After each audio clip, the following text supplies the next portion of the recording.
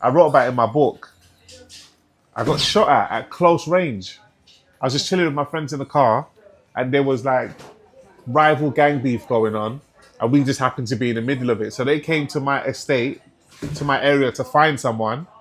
We was just parked up in the car watching a movie. You know when you had the sliding DVDs in the car and you can watch a movie, and the person heard us making noise in the car, and they zoomed their attention from whatever they was focusing on to us.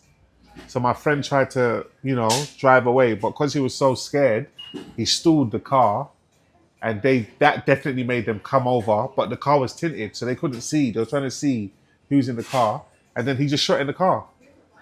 And my friend was saying, "I'm hit," while he was driving, but I'm waiting to see the blood. I couldn't see no blood. I'm like, "Are you sure you're hit?" He's like, "I'm hit. I felt it." And there's three of us in the car. The other two was like, we're waiting to see the blood. I couldn't see no blood, so he drove all the way to his girlfriend's house, jumped out.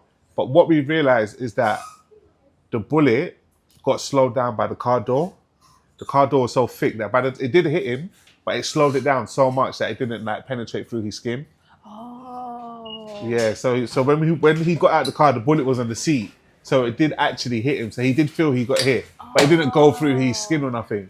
And like I remember, I went home that day, said a prayer, thank God nothing happened, and then went to sleep. Thank you so much for coming today. It's a pleasure. Thanks for having me. Like we spoke before, I saw you on an interview, I think a year ago, talking about living with schizophrenia and obviously your music career and your journey so far. And then obviously recently I've also saw you posting about being sectioned. And I saw that you're coming up with a book which is called Sectioned. A section of my life. A section of my life. Okay, like the wordplay there. Yeah. And looking into your journey and what you've gone through in your life, I just thought it was really intriguing, and it's definitely like a story that's inspiring, and a story how you went through adversity and kind of came out at the better end of it. Yes. I would say so. Yes, I would say so too. And so I'd like to introduce you to my audience, and if you just kind of like start giving us a history of who you are and like a brief history of your journey, also like starting from the beginning where you were raised and how it all began.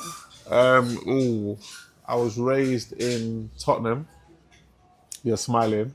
Yes, I mean, yeah. I was raised in Tottenham, Broadwater Farm. Broadwater Farm has a rich history.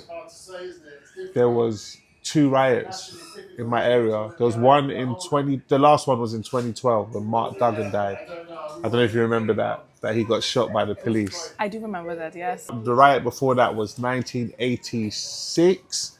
I think it's 86 or 87. Every time I say it, someone comes in the comments and tries to correct me. Yes. But I think it was 1986 or 1987 was the last riot. And again, it was with the police. And so my area and the police don't get along. Yes. If you come to my area, every 2 minutes there's a police car coming through my area. It's just always bad tension between the people of the estate and the police. So like there's been 2 riots in my area, but now my area is known for positive things. Heady One, I don't know if you know who Heady One is. He's from my area, so I watched him grow up from a kid to like what he's doing now. He went #1 album in the whole country. Then Band OK, who is Mark Duggan's son. He's obviously from my area. I've seen him grow up, and they're doing incredible. They're killing it, and they've changed like the perception of Broadwater Farm. Because before, I remember when I was young, I used to try to get like a Uber cab to. I used to try and get a cab to my area, and they won't take me. As soon as I say, "Yeah, where are you going? Can you take me to Broadwater Farm, please?" They just hang up the phone. They won't take me. But now it's like Broadwater Farm's such a positive place. The other day I saw there's a bus called the W4. Yes, I know that goes right through there. It goes right through there, and there was kids on the bus with their camera phones out, and they was talking about, oh my God, this is where they shoot all the videos, and they was pointing at different places in the estate, and I couldn't believe what I was seeing, because I never thought like Broadwater Farm would be a place that like people be like gassed or excited to see. But that's what they've done. That's what this new generation's done, and I thank them for it. So the area kind of like pushed us to be great, because we had like, when you've got like a famous family member, it kind of puts that weight on your shoulders that you're from this family. Do you know what I mean? When you leave your house, it's a constant reminder, like, you know what family you're from. Do you know what I mean? And you kind of walk with your shoulders a bit more up. That's how I felt like coming from Broadwater Farm. everywhere I went, it's like every time I say the name, everyone, there people's face, oh, you're from oh, did it? And everyone has a story about Broad Farm, and like it kind of just made me realize like I'm from a historic place, so why not make my own history? I mean, Broad Farm is very historic globally. Princess Diana came to the estate to try and make peace during that time of the riots. So like it's just a historic place. It just forced us to be great. So I'm not surprised so much greatness is coming from the estate, if that makes sense. And it's a history of not with us. Like, Yes. we're not just gonna dance to your music just because you Yes. say so. It's like, stand up for yourself, and it's Yes. notorious. And I think, yes, we always like to look at the negative things, but the same way, other history, white history, for example, they champion Henry VIII to cut Yes. off his wife's heads, and all Yes. these brutal people that have statues. We Yeah. can also be like, yes, this is where we stood up for ourselves and for our history and Exactly. for our heritage and for our people. Exactly. And yeah, it is bloody and brutal sometimes, but that's history in general. Yes. So if they can clap for it, then we can clap for it as well, and be proud totally of it agree. in some sort of shape, for not folding just to somebody else's rules all the time. So Yeah. yeah. So, but how was it also growing up there for you? Like, how was it in general growing up there and being raised in that area? And being Do raised you know in what? London? I didn't realize how traumatizing it was until I got older, and I laughed with my friends about some of our experiences, and I'm like, "Wow, is that what we really went through?" But at the time, you're just in it. Yeah. Like, I remember I wrote about it in my book. I got shot at close range. I was just chilling with my friends in the car, and there was like rival gang beef going on, and we just happened to be in the middle of it. So they came to my estate, to my area to find someone. We was just parked up in the car watching a movie. You know when you had the sliding DVDs in the car and you can watch a movie, and the person heard us making noise in the car, and they zoomed their attention from whatever they was focusing on to us. So my friend tried to, drive away, but because he was so scared, he stalled the car, and that definitely made them come over. But the car was tinted, so they couldn't see. They were trying to see who's in the car, and then he just shot in the car. And my friend was saying, I'm hit, while he was driving, but I'm waiting to see the blood. I couldn't see no blood. I'm like, are you sure you're hit? He's like, I'm here, I felt it. And there's three of us in the car. The other two was like, we're waiting to see the blood. I couldn't see no blood. So he drove all the way to his girlfriend's house, jumped out. But what we realized is that the bullet got slowed down by the car door. The car door was so thick that it did hit him, but it slowed it down so much that it didn't like penetrate through his skin. Oh. Yeah, so when he got out of the car, the bullet was on the seat, so it did actually hit him. So he did feel he got hit, but it didn't go through his skin or nothing. And like I remember, I went home that day, said a prayer, thank God nothing happened, and then went to sleep. Woke up the next day, me and my mum walked past each other in the kitchen, and I just remember looking at my mum like, you have no idea that like this could have been completely different.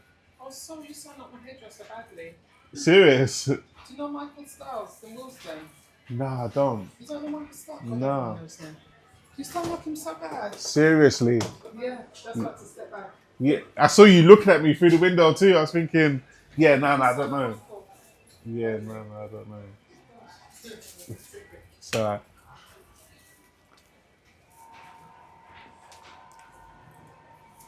Yeah, it's better I leave that open because it makes more noise, people opening and closing it, than the other way around. yeah, so I remember like looking at my mum thinking, you have no idea. You could have got completely different news. You could have got news that like your son just got, do you know what I mean? She had no idea. We just walked past each other the next day in the morning, like nothing happened. So I was like going down the wrong road, and like the people I was associating with, and like I was getting kicked out of school, and my mum was like, I'm going to send you back to Nigeria, but I wasn't thinking nothing of it. No, sorry. My aunties, uncles were suggesting you should send him back to Nigeria. So they was putting it in my mum's head. I'm my mum's only child, so like she weren't going to send me. She loves me too much, weren't going to send me. But they were saying like, you got to send him because he's getting out of control. And then I don't know, I think she must have, I still can't believe she did it when I think about it. Because, do you know what I mean? Because me being her only child and being so close, like she really sent me. We really was apart from each other. And like I was in Nigeria, she was here. And after that, like, I don't know how she lived without me. But anyway, so when it came to the time where it was meant to go to Nigeria, the day before, I ran away from home Because you knew she because told. I knew that it's time. So She was actually be like, son, I booked your ticket. yeah, You're going. yeah, yeah. One We're way going to Nigeria, ticket. but she never said we're going to school. We're going on holiday. Oh. That's what it was meant to be, just holiday. Ah. So So, what but did happened? you know deep down that it's not holiday, or did you think it was a holiday? I didn't think she would do it. I didn't. Do you know what I mean? Like, I didn't think she was gonna do it. I didn't think she was gonna. I didn't think she had the heart to do it. But you still ran away. But a I day understand before. why, because like how I was behaving at She school. was But I saving didn't- your life. She was saving my life, but I didn't think she was gonna do it. So I ran away from home. This is how you know I love music so much. There was this music event going on, and I went there to perform. And my mum, when I finished, so say I'm performing like this, I look into the crowd, and my mum and my uncle's there waiting for me. So someone must have told them that I'm performing at this place. So they came, and then they're looking at me, yep, like that, looking at me. And then when I came off stage, they came and got me, put me in the car, took me back home, packed our stuff, then went to the airport, went to Nigeria. While I was in Nigeria, so say a week before she was about to leave, they started taking me to schools, to like view schools. And I was like, why are you taking me schools for? Like, I'm not staying. And I was just going to different schools. And then I knew it was serious when I started trying on uniform. I was like, oh my God. And then like, my mum just said, yeah, you're staying. And then, no, I think they found the right school. It was a school called Igbenade. I'll never forget it. It was a proper rich school. I went to 2 schools when I was in Nigeria. I was there for 2 years. 1 year I went to a rich school. The other year I went to a public school. I loved the public school because the public school was more real. You know what I mean? The rich school was more like rich kids. The public school was just, I love the public school. But and the rich school was boarding school as well. The public school, I was coming from home and going to school. The boarding school, I hated the boarding school experience. You can imagine, for me coming from here, it was a shell shock. We don't have, well, we do have boarding schools, but I'm from Tottenham, so I go to school, come home. Then in Nigeria, staying on campus and like washing your own clothes, even though that's a standard, but for me, like I'm not used to Or that. with your hands. With your hands, you can see me doing the hand gesture as well, washing your own clothes with your hands. It was just getting beats, getting caned. Like that was foreign to me. Like, what are you doing? Why are you hitting me? What are you doing? Every time you come late to school, there's a line outside, and that line is the line for the people that are late. So you have to get 10 strokes before you come in. And like I used to always be, I got so used to it. I just see the line, I'll just join the line, and then like you get like 10 strokes, and then you get these thick lines that come up in your hands, and like everyone will run to the tap. You see people queuing around the tap to wash their hands, and like even if you don't have your assignment, because we call it, what do we call it here? Homework. In Nigeria, they call it assignment. So if you don't bring your assignment on time, you get strokes. All these different ways of getting caned, and I just kept getting caned. I was like, what is this? That's the only part I don't miss. But the rest of it was like vibes. So yeah, what was the rest of it? Like, The rest tell me of it about was the like vibes. good vibes. It was like, in order to talk to girls in Nigeria, you have to be smart. It's not like here where like, if you're a bad boy, girls are more attracted to you. It's the opposite. Over here, if you're a bad boy and you're not taking your studies serious, girls are like, oh, I like him, I like his aura. Whereas like in Nigeria, if you're a bad boy and you don't have sense, you can't even talk to girls. I remember I tried to talk to, there's a girl I liked, I tried to talk to her, and she asked me, where am I in my, because in class they do it in, Yeah. sorry, we're filming. In class they do it in positions. So she'll ask me, where, in your last exam, what position did you come in? If there's 20 of you in the class, was you 20th? In your test, was you 19th? And I was like, oh, I was last. I was 20th. She was like, why are you talking to me? I'm number 3 in my... And I was like, wow, what's going on here? So I remember telling my mum to get me a tutor, get me an extra tutor. I need to sharpen up on my studies. And like, so I got an extra maths tutor, biology, chemistry tutor. And I took school serious because like, it's cool to be smart in Nigeria. It's not about being stupid at all.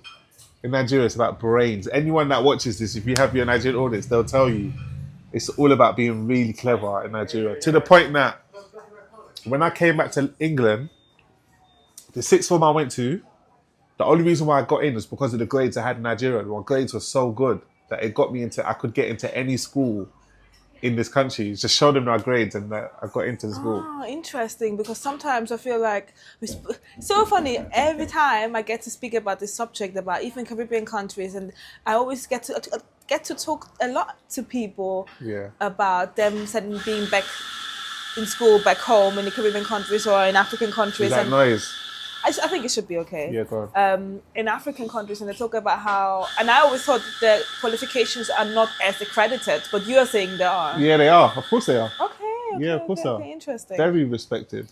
Okay, so you say, okay, it was vibes. What do you think are, so when did you come back and why did you come back? So how I were you came when back. I went for 2 years. I think I went when I was 14. I think year 10 over here is 14. I went when I was 14. I came back when I was 16. And I came back because I had malaria. I got really, luckily, now I think about it, it worked in my favor. I got malaria and I was really ill. I was getting bitten by mosquitoes. They loved my blood. And like my whole body was like covered in mosquito bites. They was in love with me. And I got really ill and my mum panicked. And then they brought me back here and that's how I came back. If not, I probably would have did an extra year out there. Okay, so going from coming back, so what happened next? What was the next like So milestone? I came back.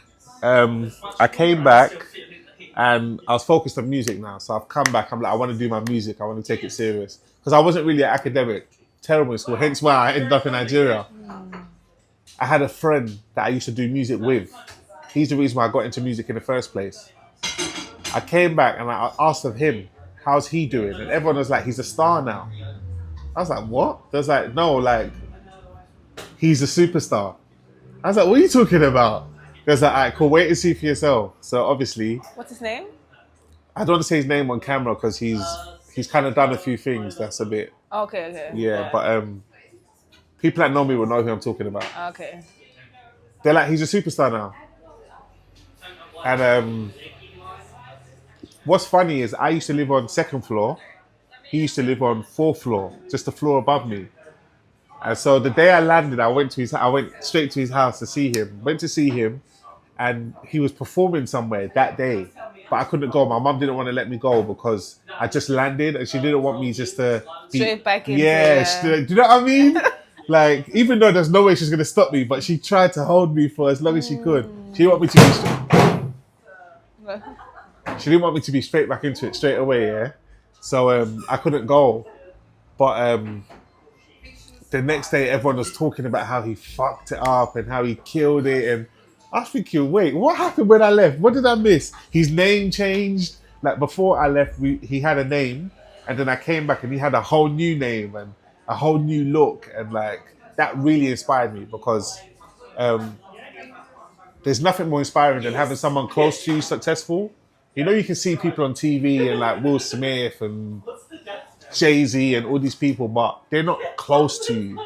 This is someone I grew up with. I'm coming outside and people are coming up to him and saying his lyrics, and obviously it weren't pictures, they weren't camera phones, but like people were saying his lyrics, and they had his songs on their phone. Remember back in the days when we used to have our songs on phones, and like his song was people's ringtones and stuff. Someone's phone will ring and I was like, what the fuck what is happening here? So that like proper inspired me. And You never feel jealous? No, I wasn't jealous. At that age, it wasn't a jealousy thing. It was more of because you know, like when you're young, you're more competitive. You feel like anything your friends can do, you can do. It's not really jealousy yet. Yeah, I wasn't mature enough to have that jealousy emotion, if you know what I mean. But you were like, I can do this. I was If like, he can do it, I yeah, can it was do more of that. It wasn't Oh, jealousy. okay. It was more of like, I can do this too. Yeah. And I felt like I was better than him, to be fair. Okay. Because like I'm more complicated with like similes and metaphors and punchlines. He was more like simple lyrics. And that was working for him. Yeah, that works a lot. Simplicity always, works. He had yeah. like simple choruses and he had like simple choruses and stuff like that, and it was working for him, and like that's where the music thing started. Okay, and then what's next? And then I joined a group. I joined a group called Marvel, and that's where things really got that's where things really got serious. So I joined a group called Marvel. It was 3 of us, me, Double S, and Vertex. I was Nigerian, the other one was Ghanaian, the other one was Ugandan, so it was all African. And yeah, we just said, fuck it, we're gonna try chase our dreams. and things blew up really quick. And I learned a lot of lessons from that. Tell me the moment of it blowing up. Like, So we got together in 2008. By the time we hit 2010,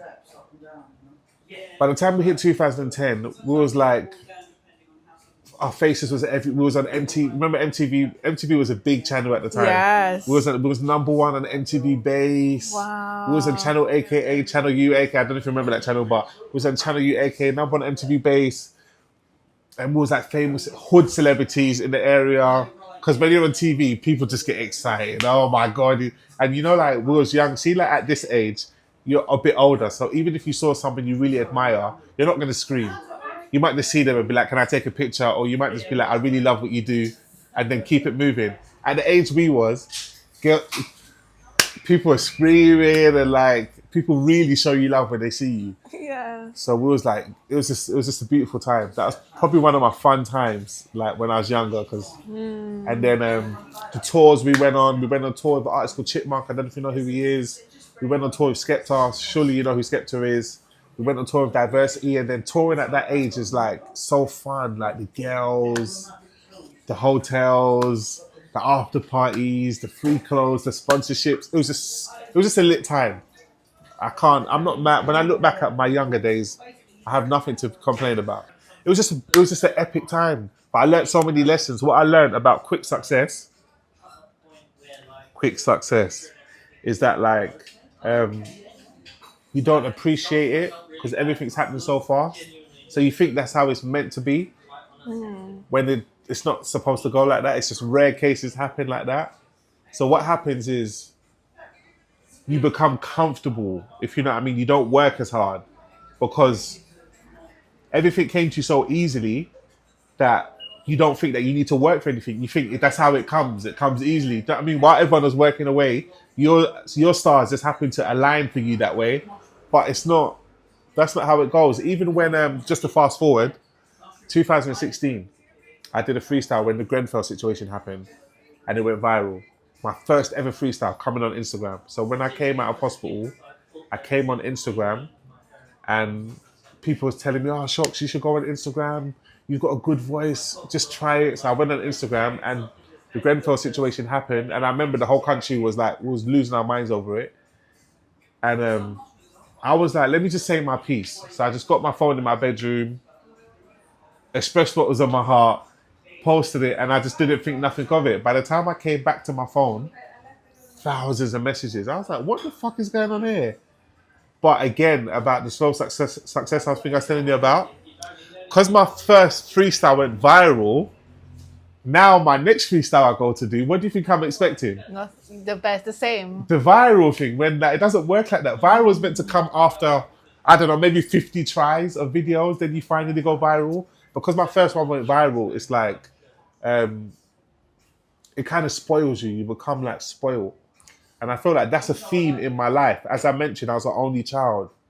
So like my mum really sheltered me away from the world, which I thought was a good thing when I was younger. Because while my friends was out like having real life experiences, I was indoors. So I was like probably looking at them like, oh, you're having a hard life. Like you've got to go and do this just to get some food, or do you know what I mean? Because most of my friends had maybe 3 brothers and they're the oldest.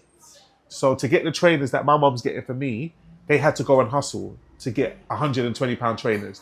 Okay, let's go back because you mentioned we kind of fast forwarded a little bit. Yes, we did. I'm normally like that. I'm like, oh, that's fine. That's fine. We revert back.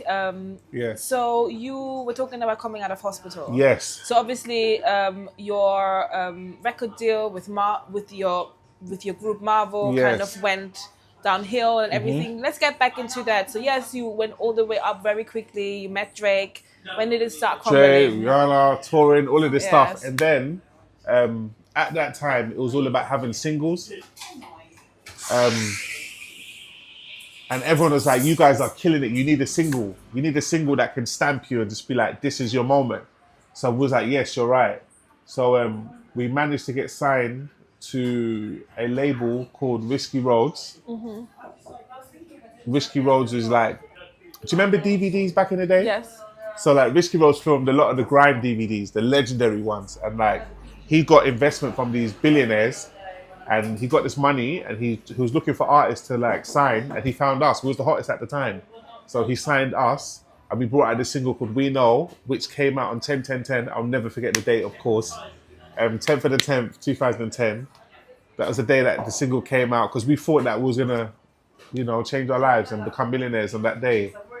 And the song didn't do well, it didn't chart, it was nowhere to be seen.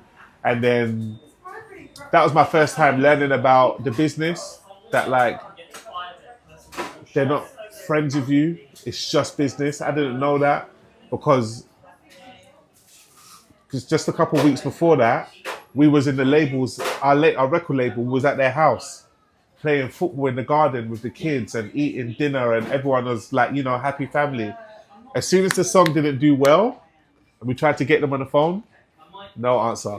Then we got a call saying that they want to have a meeting with us. We had a meeting, they had a paper and it had everything that we spent, and they were telling us that they're going to let us go from the record label and they don't want to be a part of us anymore. And that was a shell shock to me. I couldn't believe it.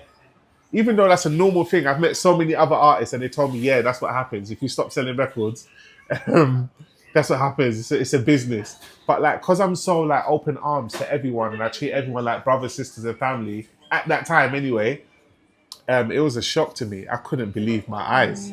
I was like, but I was just at your house and it was just, and it's not how it goes, it's not how it works.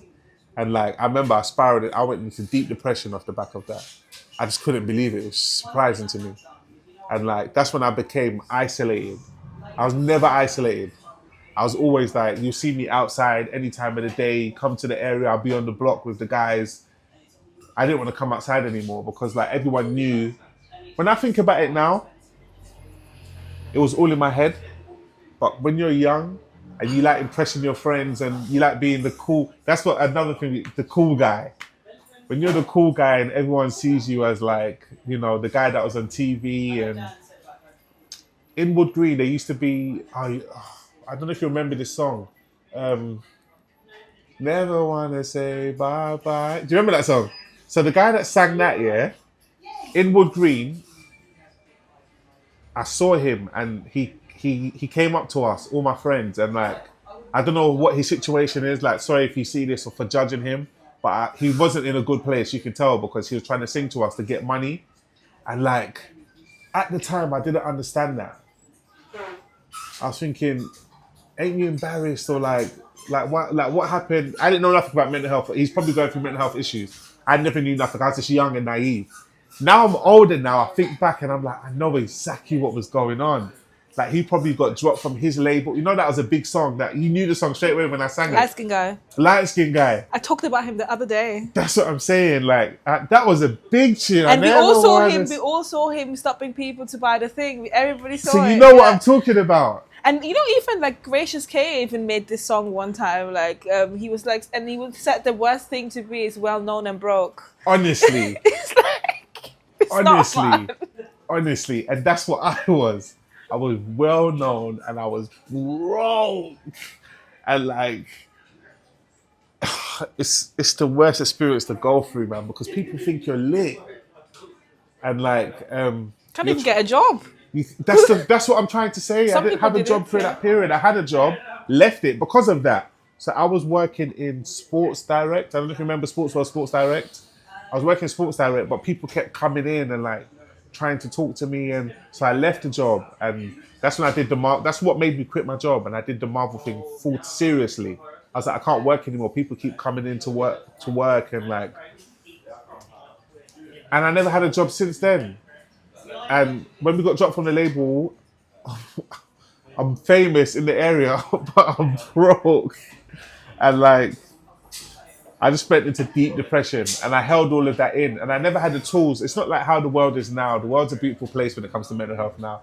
Everyone's talking about it and there's so much information out there, and we know what depression's called, we know what anxiety is called, we know what bipolar, schizophrenia, all these things. At that time, I didn't know. The only thing I knew was depression. I think we all know what depression is. Even at a young age, you hear the word depression. That's the only one I knew. Anxiety, bipolar, schizophrenia. I didn't know none of these names, none of these labels. As far as I'm concerned, I just saw it as, you know, like when you see someone on the street, like talking to themselves, we just saw it as like, he's a madman or like, he's crazy. That's as far as we saw it. So single came out 2010. We got dropped from the label 2011. I get sectioned in 2012. Ending of 2011, going into 2012. Because I remember on the board in hospital, it had January 1, as in like 1st of January. And I remember thinking to myself, I remember how depressed I was. Because I was thinking I just spent New Year's Day in hospital. Can you imagine waking up like... But when you said you fell into depression, like Yeah. what was that? What are the intricacies of that? What's the story of being sectioned? Like where were you mentally? Where were you physically? Where were you spiritually? Like Spiritually, I was in a weird place actually. Spiritually, I was learning about most of the stuff you're learning about now? That neural knowledge is teaching, like frequencies and all these different things. I was learning that in 2012, but I wasn't learning it the right way. I never had a neural knowledge. I could teach them with a whiteboard. I could teach it. I just had all these books and I was just taking in all these information, but I didn't know if I was processing it the right way, if that makes sense. So not only was I depressed, I was overloading myself with like knowledge, and I had like an overload. I had a breakdown. That's exactly what it was. I had a breakdown. I get that, you know. And I had no one at the time was on the wavelength that I was on. Even when remember that shooting that I said happened from close range? I remember we was watching Boys in the Hood in the car. And I had a book at the time called Frequencies. And I was telling my friends, we shouldn't be watching Boys in the Hood while we're Boys in the Hood. And there's a shooting scene about to happen. This is not the vibration we want to be putting out. And there was that shock. You got to chill on these, but you're doing too much. Like, it's only a movie. And then what happened 10 minutes later?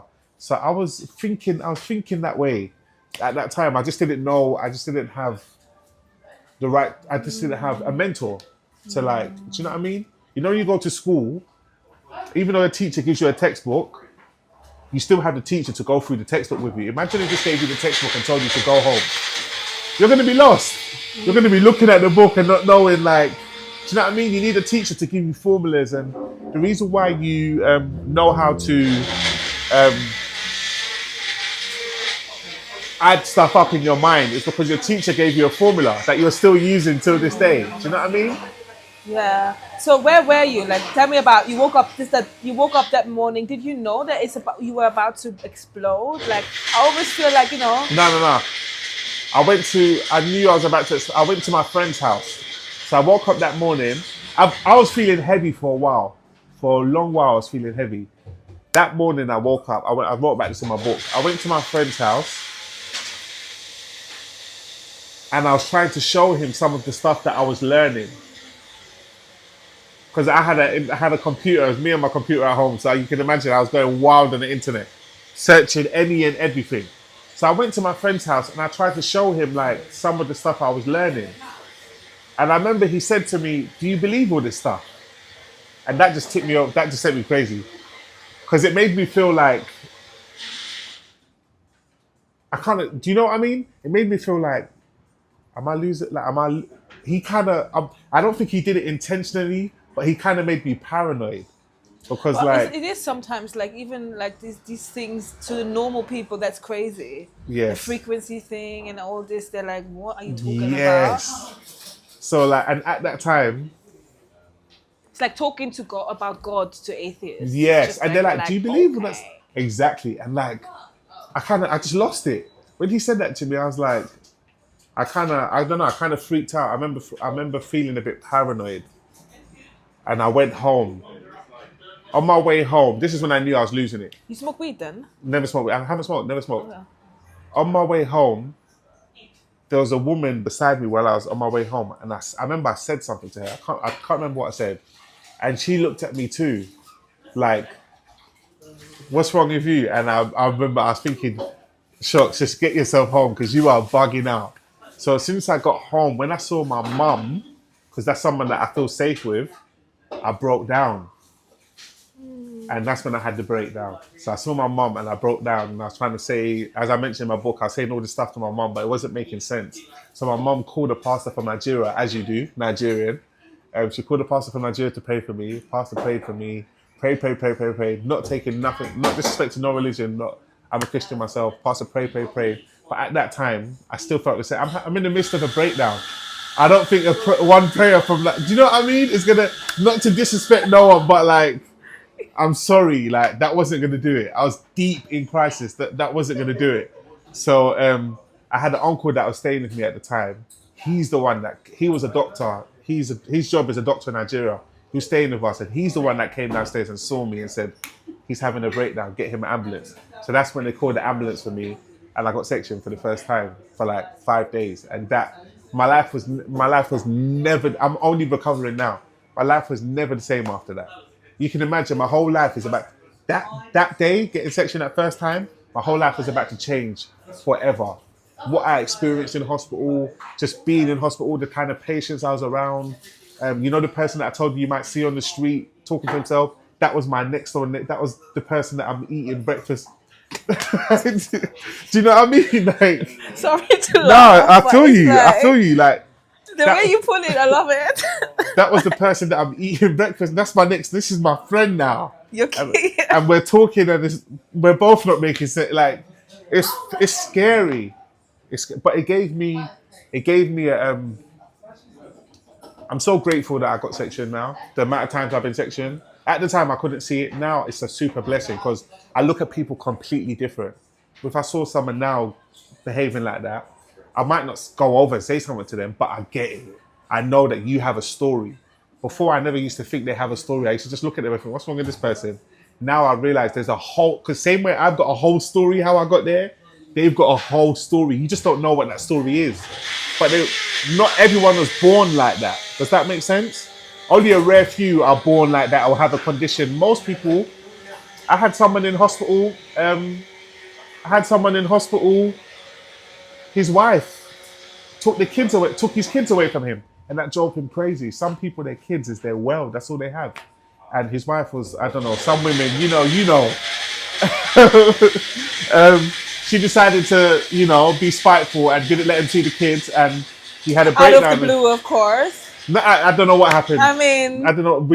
There's a story there too. Yeah, so I guess something happened, and he couldn't see his kids, and he ended up in there. There was another person that was a drug addict. Then, from being a drug addict, they ended up in there. I met another person that was in prison. Then, from prison, he couldn't get his life. I met all sorts of characters. So, like, I look at people completely different. Like, I look at them now, and I think, what's the story? People don't. And reason why what I'm doing is so important is because of where I am in society, even though they've got a story, because of how they look and what they've been through, people don't even want to hear their story as well. So like, I'm like their mouthpiece, if that makes sense. I'm getting to share their stories. Like, you see the guy I just said just now about his wife won't let him see his kids? I just told that story for him. He probably wouldn't get to tell that story. No one will ever interview him because they don't look at him like that. But I get to tell that story for him. Yeah. So, why were you only? First of all, why were you only in there for 5 days? What happened in those 5 days? Like, what's in there for them to be like, okay, you're ready to go home now? Why was I only there for 5 days? That's a good question, because every time I've been, it's normally 28 days they can keep you for. Yeah, it's normally like 28 days they can keep you for. But that first time I was there for just 5 days. I don't know why. I wish I could go through my files and see what happened. Because the 3 other times after that, it's been 3 more times? Yeah, yeah. I said it like it's casual, but I've been there 4 times. So, I mean... Yeah, 4 different occasions. What you think the duality of your character is a little bit, because you said you so okay, first time you said depression, breakdown, yes. But now you've been diagnosed with schizophrenia. So the first time I got sectioned, I got diagnosed with manic depression. Yeah. The second time, they said it was schizophrenia because of what I was displaying, because I was saying how I was hearing voices and having delusions, and I wasn't having that the first time. The first time I was just depressed. Voices? Yeah, no, seriously, it got really bad. So what are the voices? What is? I went on holiday New glass in the bag of your... with my friend. Oh, you know the friend that we started doing music together? The one I said about that as a superstar? So he got signed. So imagine that now. So as I said, we grew up as kids and now like he's signing a record deal, like big record deal. He got signed to Island Records, same label as Bob Marley, big record label. He took me there to watch him get signed. I can't believe it. I'm thinking, in my head, I was like, you've been a star from we was kids, and now, like in our adulthood, you're about to sign your record deal. So anyway, he signs. We celebrate. When you sign a record deal, you get paid in advance. He gets paid his advance. He calls me. He says, "Yo, I got some money. Do you want to travel? Do you want to go to Magaluf for a day? 2 days. Magaluf, the party island. I'm not doing anything with myself. I'm idle, like the worst situation you can be in. I'm just at home doing nothing, which is even terrible. I wasn't even in the right mindset to even go on holiday. If I can go back now, I would have said, nah, I can chill, but just enjoy yourself, but I'll stay home. But me being me, wanting a bit of excitement because I'm not doing nothing, I said, yeah, let's go. Went out there. I knew it was going to be a long holiday because when we landed, him and the promoter that booked him to go out there was taking cocaine in the back of the car. And I remember I looked and thought, I was like, this is going to be a long trip. And then we partied. And Did you take drugs? No, I didn't take drugs. No. My mum said to me, I'll never forget it. My mum said to me, take your medication with you. For schizophrenia? For schizophrenia, take your medication with you. Because the reason why I went to hospital the second time is because I came off my medication. And the doctor used to say to me, I know you want to come for your medication because you're young and you think medication is not cool and all your friends are telling this. But he's saying, trust me, if you come off it, you're going to relapse and go back to hospital because your mind is not used to functioning yet without medication. But I didn't listen. I didn't say nothing though. I used to just come off it by myself. I won't say nothing to no one, yeah? I'll just stop taking it. But then they'll know I've stopped taking it because I'll start exhibiting certain behaviors. And my mum would be like, are you sure you're taking the medication? I'm like, yeah, but they can see. So anyway, my mum says to me, she's not going to stop me from going on holiday. I'm a big man. But she said, I'm not going to stop you from going, but take your medication with you. Just promise me that you'll take it while you're out there because you're not in England. This is not like if I'm having a breakdown here, I can just run home to Tottenham now. You're in a different country. You can't just run back to London. So I said, yeah, I'll take it. Anyway, got out there. I did take the medication, but I never took it. Got out there. We partied, drinking. I got back to my hotel and I just started feeling, I knew the feeling because I've had that. Do you know what I mean? I'm not like new to this. And I was like, since I had that feeling, I was like, nah, not here, not in a whole different country. I was like, not in a whole different country. And also I was like, thinking about it now, I still could have took the medication. But that was the last thing on my mind. I was thinking, how can I just, pull myself, like, how do I, but like... What, you had it with you? I had it with me, but I wasn't even thinking like that because don't forget, at that time, I was against medication. Do you know what I mean? Oh. You see, like, where I'm at now, I've been taking medication for the past 6 years. Freely. No one has to remind me. But them times, my mum will always remind me, like, because my mum will be, I'm upstairs, my mum's downstairs, my medication's in the cupboard downstairs. My mum will call me from upstairs and be like, it's 1 o'clock, why haven't you come down to take your... Because I'll try and like, do you know what I'm saying? Now, no one says anything to me because I know the implications. Okay, so you're in Magaluf and... I'm in Magaluf. I start feeling paranoid, which was different. I never had paranoia at that time. I started feeling paranoid. This is when I knew that there was a problem. Because I wrote about this in my book. You might laugh at this bit too. This is when I knew there's a problem. I could hear my friends in the UK that I left behind talking in my balcony. So say like I'm in my room. Say this is our room. Downstairs, I can hear maybe you and a few other friends. But I'm not in your country. Exactly. And I'm like, how does that work? Because you're not, I didn't come with you. I left you lot in the country. When did you lot get here? So I'm thinking, I'm having a conversation in my head thinking, when did you lot get here? Like, I can't wait to, what are you lot doing here in my head? So And I'm hearing conversation of them like laughing at me and making jokes, and then so I'm feeling paranoid. Then I say to myself, do you know what? Fuck it, I'm just gonna go down and face them all. I go down, guess what? What? They're not there. Do you ever think?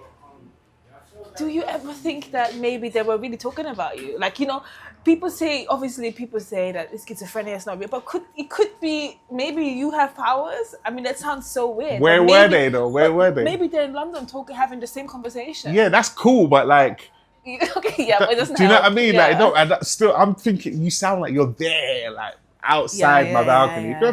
If you're like talking in London, that's completely. Oh shit, I can hear you like in London. That's completely different. Yeah. But like, I'm hearing you like you're outside my balcony. So I go and you're not there. That's when I lost it. I was like, oh my god, what the fuck is going on? Do you know what I mean?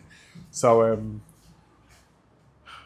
I kind of held myself. I don't know how I did it. I held myself together. I'm so good. I'm good at that. Like I've held, because I always told myself like having a breakdown in public in this generation is scary because there's camera phones. I'm a star. It's going to be everywhere. Oh my god, Shocka. I'm trying not to. If I ego comes in as well. If I can prevent that at all costs, I will. So anyway, I hold myself together. I'm on the plane, paranoid.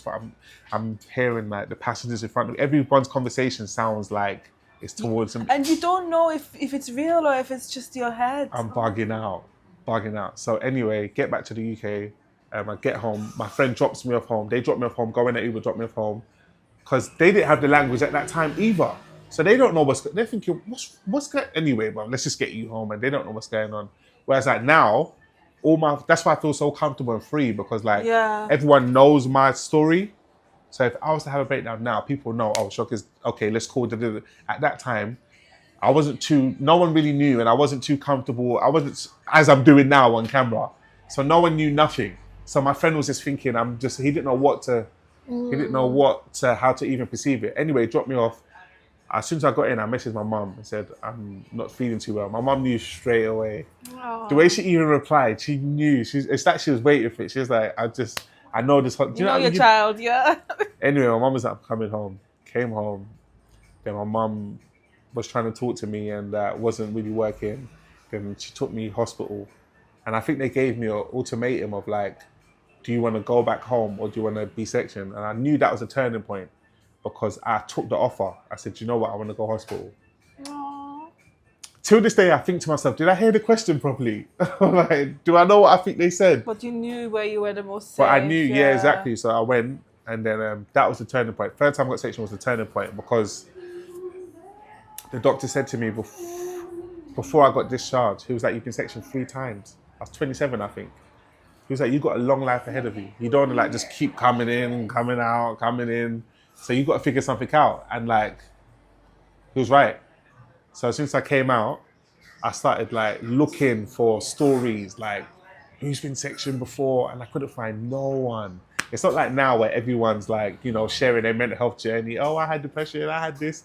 I couldn't find no one for but there was people. This is what I'm learning. There was people, but the shame held people back from telling their stories. Because when I started sharing my story, I started getting DMs from like people from my area saying, oh my God, do you know that happened? I'm like, you've never said this. Do you know what I mean? So like, they was watching me go through it, thinking in their head, like, I'd love to tell him that like, that happened to me or my auntie. I had people telling me like, do you know why you never met my mum?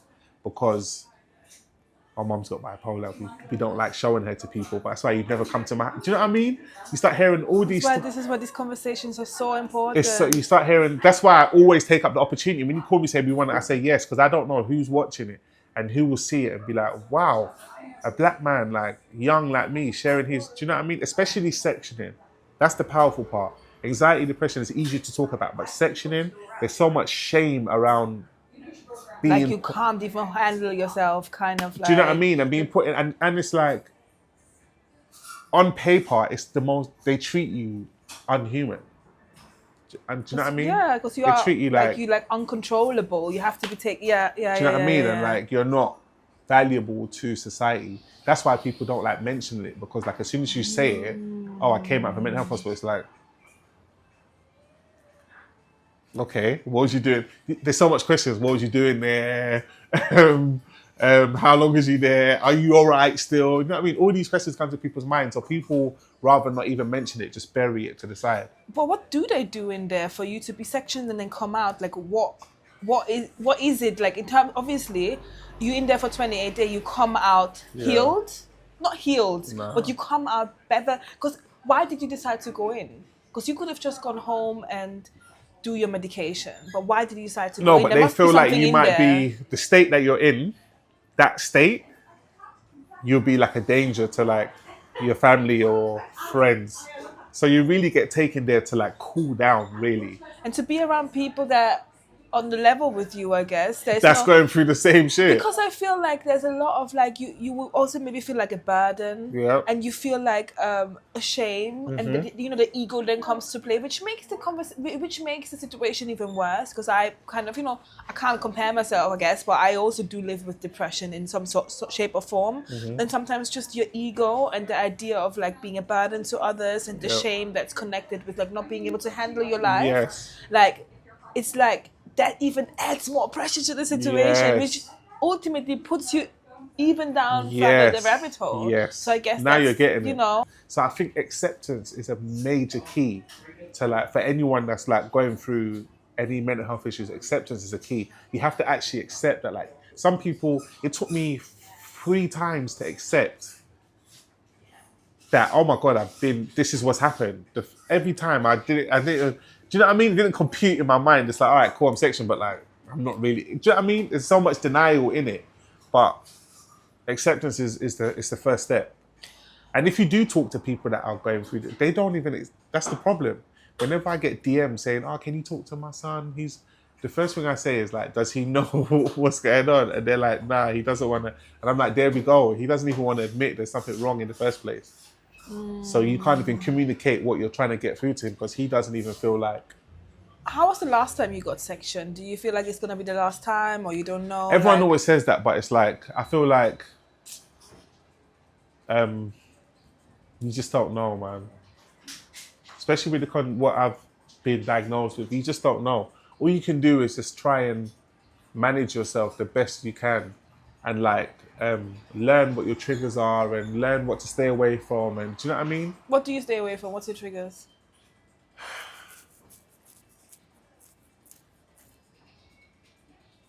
There's a few things. There's certain things that I don't want to mention. But Okay, fair enough. Yeah. there's certain things I don't want to mention, but I know myself well enough now at this point. But I wouldn't like, God forbid, I don't go back. But like, you can never say, because I probably said that the first 2-3 times. Do you know what I mean? But It's interesting. I learn a lot in terms of like mental health. I think many people going through their own mental health journey, some are more severe, some are less severe. But I definitely take something away from myself because I know with my depression, there are certain things that trigger it. And sometimes I'm trying to... it's like saying, would you ever not be depressed again? It's like, of course, like, do you know what I mean? Of it course. comes back, Yeah, of course. And then sometimes it's also But like... it's just knowing how to recover from that. I think the recovery is the most important part because some people don't recover. Does that make sense? Yeah, and I think the trigger thing is interesting because sometimes with the triggers, I feel like I should go for that and face my fears and face those triggers. You should do. But then also it's like, but obviously I can't compare my condition to yours, I guess. So I don't want to, but I thought, sometimes I'll be like, should I face my triggers or should I stay away from them?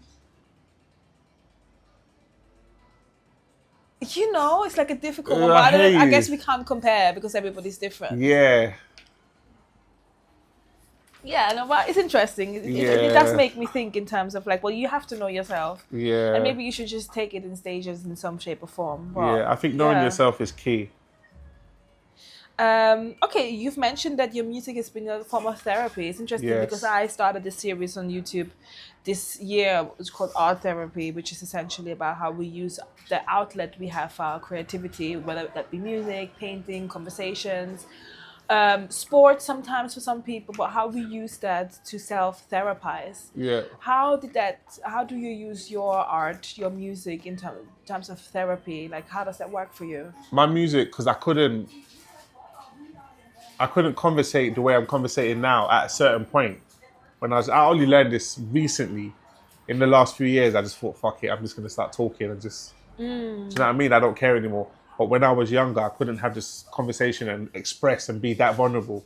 So what I would do is I'll put it in the music. I remember I had a song on my first project. I was young, and the song was called, do you remember Kanye West's Family Business on College Dropout? And this is family business. No. Oh, you don't remember that? No. So he had a song called Family Business where he's talking about his family. And like at that time, obviously my dad was not in my life. And like when I was young, my first project, I found it instrumental and I spoke about my family business. And I remember that was the song that everyone had kept talking about on the project because like I gave them an insight into what's going on in my life. And from that moment, I just kept doing it. I just kept. So from Family Business, I had another song called Haven't Spoken to Dad, which is like the part 2 of Family Business. Then I had another song called Good Fathers. So I kept every project, I kept like opening up more and more. And then I realized like, oh my God, this is something that happens. This is something that comes natural to me. Like it's like water, it just pours. Some people can't do that. I got friends who I always say like, your life is so interesting. Why don't you, all you talk about is partying and clubbing. But if you was to talk about this bit of your life, I promise you'll just blow up.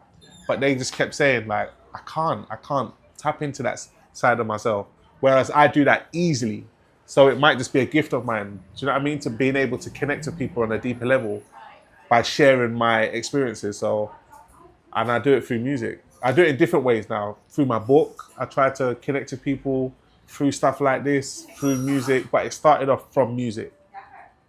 Sometimes a lot of conditions, a lot of illnesses, physically and physically and mentally. Sometimes it's like blocked energy. Yeah. You just have so much to give. There's so much going on, and the Yeah. moment you like harbor it too much, it kind of like even schizophrenia. It probably splits your personality because Yeah. all these things that you don't let out take its own life within Yes. you. All you have to do is keep it flowing. It's your Yes. currency on this planet. It's Yes. your value. So I guess interesting is I guess when you don't add your value, don't let it flow, that's when you not lose your value, but you have to be taken from society in a Yes. way and be put in that corner because you're going to be forced to let it all out, Yes, you know, exactly. in your creative way. So that's your Exactly. gift, that's your value that you Exactly. add to society. Just keep it coming out. That which was is- well yes. said. Exactly. Interesting. You've spoken about your relationship with God as well. Yes. Actually, let's actually speak about if you're open to it. I have a question about your relationship with your dad. Yes. In one of your interviews, you were speaking about how one day you might want to patch things up with him, that he is around, but it's a story that happens a lot within the community. That father and his children. We have a thing in our community where there's a bit of an issue. Yeah. Fatherhood. Yeah. What do you mean by patching things up? How would that look like? And what's your relationship with Because your dad? he got deported when I was like 5. Oh. Yeah, so I never saw him for like 20 years. And then obviously my mum got cancer. And then he came, obviously when something like big, devastating like that happens, all sorts of family members start, coming from everywhere to support. And my dad started coming back and calling. But as I'm older and I've matured, I've always wanted to patch that relationship. At the time, I didn't really think I even cared, to be fair. I didn't see the issue. I don't think I cared. But like, as I got older, I started realizing his importance and his value. So I mean, as I'm like trying to look after myself and I'm trying to be a man, I'm like, oh my God, I've never seen a man. Like, got to watch a man. Do you know what I mean? Like, watch a man, how he does things. I've never seen that. I've never had a male example. So, like, I'm figuring it out myself. And that's when I realized, oh, yeah, I have got a dad somewhere. That was meant to be my, like, male example, the person that was meant to teach me, give me values, principles, morals, codes to life. I mean, you have that. I've got that now, but I found it in books and different mentors. Yeah. He was meant to tell me, like, this is how you conduct yourself as a man. These are the codes, these are the morals. Do you know what I mean? I found it. I've got it now, but like I went a long way to go about it. I was meant to have my dad. I'm meant to just have it. Do you know what I mean? Mum and dad, I was meant to just have it. But, and I never got to patch the relationship. My dad passed in January. Oh no, this January. This January. Oh no, I'm my so dad sorry passed. to hear. So my mum passed 2 years ago, Dad. So I've lost 2 parents in 2 years. Oh no, I'm so sorry. So yeah, I didn't get to. How are you feeling though? You Losing 2 seem well. parents. Generally, you seem well, but I'm not.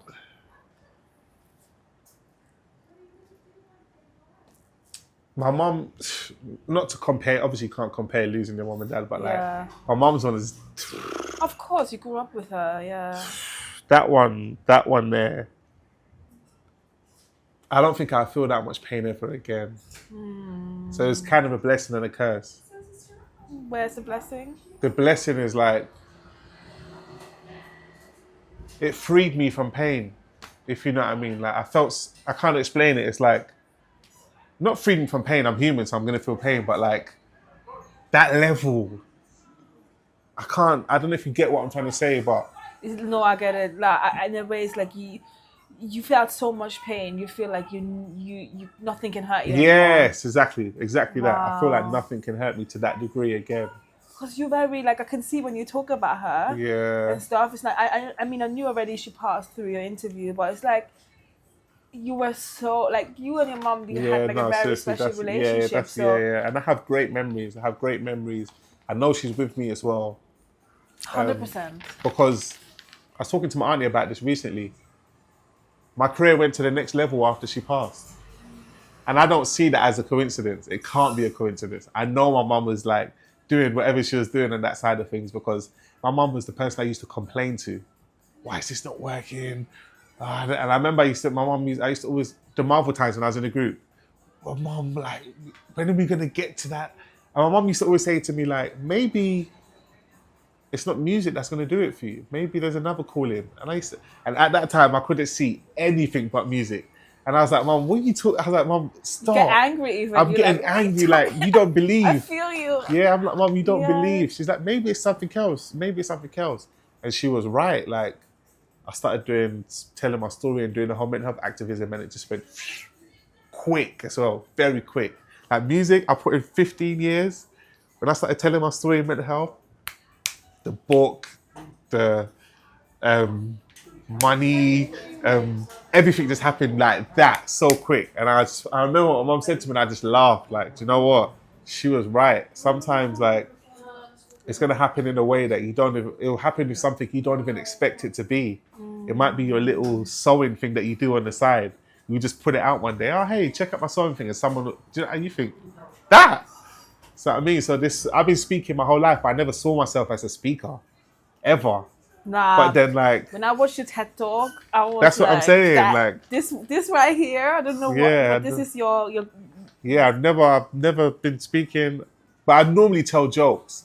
So like, all my friends will gather around and I'll just tell mad jokes. So that's how it started. That's probably where I got the confidence from. Because from school, like, everyone would be like, yo, go to the sixth form. Shocka's in there telling jokes. So people were coming to the sixth form and I'm just telling mad jokes. So that's where I got the confidence probably.